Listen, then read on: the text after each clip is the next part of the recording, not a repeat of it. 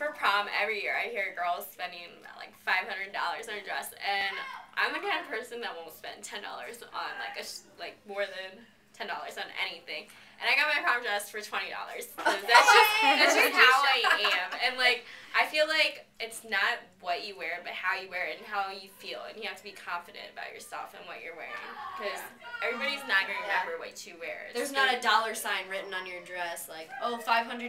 You know, it's how you look in it and how you present yourself.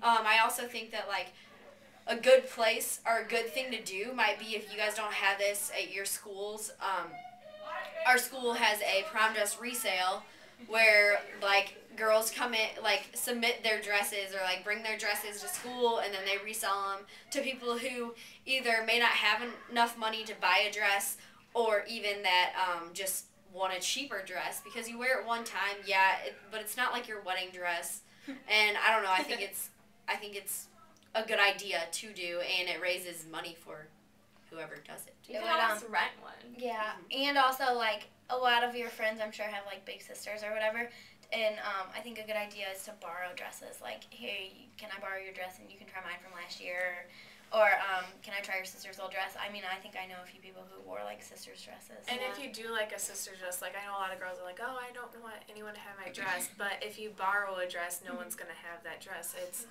probably from a couple years ago, so I'm sure they stopped making it. So it just kind of there's more pluses to borrowing than there is to buying. It's just